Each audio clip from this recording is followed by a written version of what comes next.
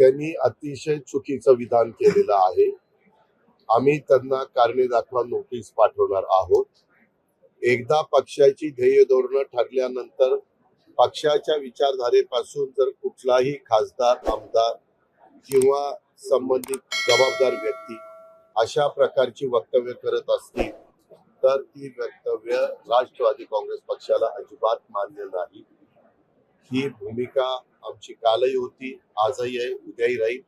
शिवशाहू फुले आंबेडकरांच्या विचारधारेने आम्ही पुढे चाललोय. खरं तर अरुण काका जगताप जोपर्यंत हयात होते तोपर्यंत सगळं तिथं सुरळीत होतं.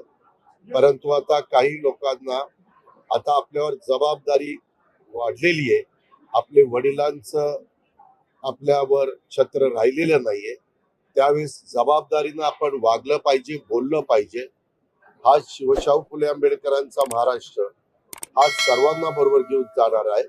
परंतु अशा वेळेस मी तिथे एका कार्यक्रमाला गेलेलो होतो तेव्हाही त्याला सांगितलेलं होतं. तो म्हणाला की नाही, मी त्याच्यामध्ये सुधारणा करीन, पण ते सुधारणा करताना दिसत नाही. त्याच्यामुळं त्याची जी भूमिका आहे, त्याचे जे विचार आहे ते पक्षाला अजिबात मान्य नाही आणि त्याच्यामुळे त्याला कारणे दाखवा नोटीस.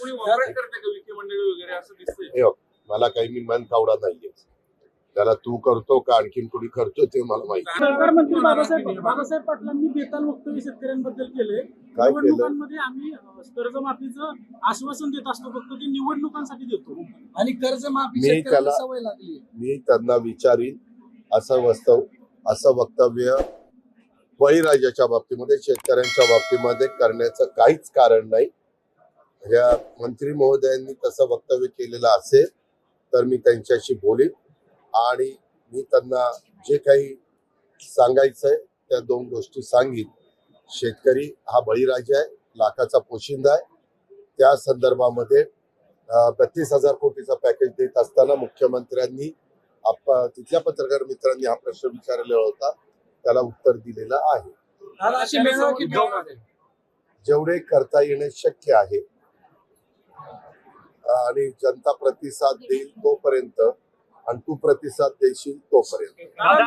एवढी मोठी मदत केली, पण आज औरंगाबादमध्ये संभाजीनगरमध्ये उद्धव ठाकरेंचा हंबरडा मोर्चा, त्यांचं असं म्हणणं अजूनही की ही मदत तोकडी आहे. तेव्हा का मी तुम्हाला सांगू का, जे सरकारमध्ये असतात ते एकंदरीत सगळा विचार करून आजूबाजूच्या राज्यात काय झालंय, काय आपण अधिकचं दिलं पाहिजे, हा सगळा विचार करून निर्णय घेतात. आणि जे विरोधी पक्षात असतात ते त्यांचं काम करत असतात. कारण आम्ही पण विरोधी पक्षाची भूमिका बजावलेली आहे.